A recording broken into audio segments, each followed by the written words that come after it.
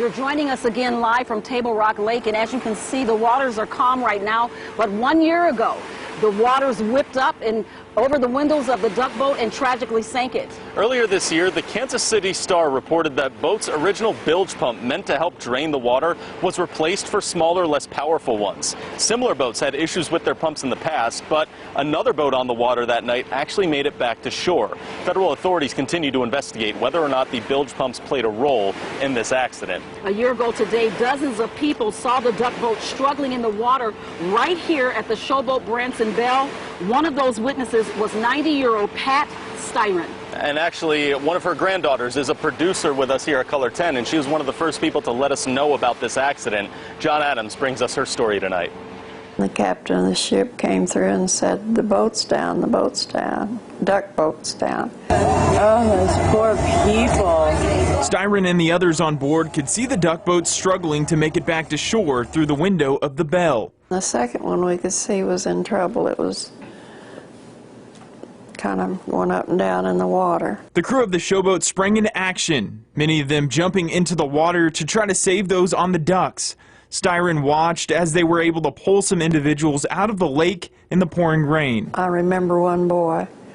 He looked like a teenager. They got him on, and he was laying down on the boat, and then they pronounced him dead, and it was so heartbreaking. The images of that tragic day haunted Styron for weeks. My heart was broken. I just couldn't. I kept seeing it when I came home. And she still remembers it vividly today. I still have a picture in my mind of the water and the boat going down, and knowing there were people in it and seeing those people trying to get to safety. It's kind of like a nightmare. Styron says she hopes that measures are put in place so a tragedy like this never happens again. Reporting from Table Rock Lake, John Adams, Ozarks First. And here we are 12 months after this tragedy. Some people still have the question, what about the future of duck boats on Table Rock Lake? Well, our Jesse Inman joins us live to explain. Yeah, guys, so Ripley Entertainment has stated that they have no plans to put boats on the water in 2019 or after 2019 either. But if they did, they would have a 90-day notice to let the Attorney General's office know about that, and they have vowed to stop that operation. Plus, Missouri Senator Josh Hawley has plans of his own to make duck boats safer.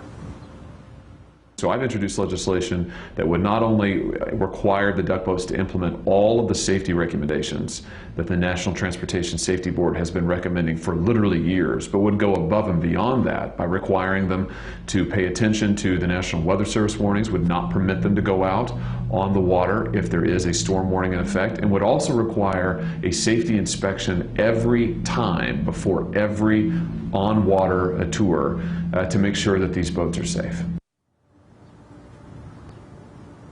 Now, Hawley's bill is still in committee, and it also calls for more bilge pumps, boat buoyancy, as well as removable canopies for that. Now, coming up in our next half hour, we're going to turn our attention to what it was like for employees of Cox Hospital right behind me here. Stick around for that. You'll hear for stories of several Cox Branson employees from that night and how they're still dealing with trauma today. Plus, when we return, David Oliver and Heather Lewis join us back in our Color 10 studio. Stay with us.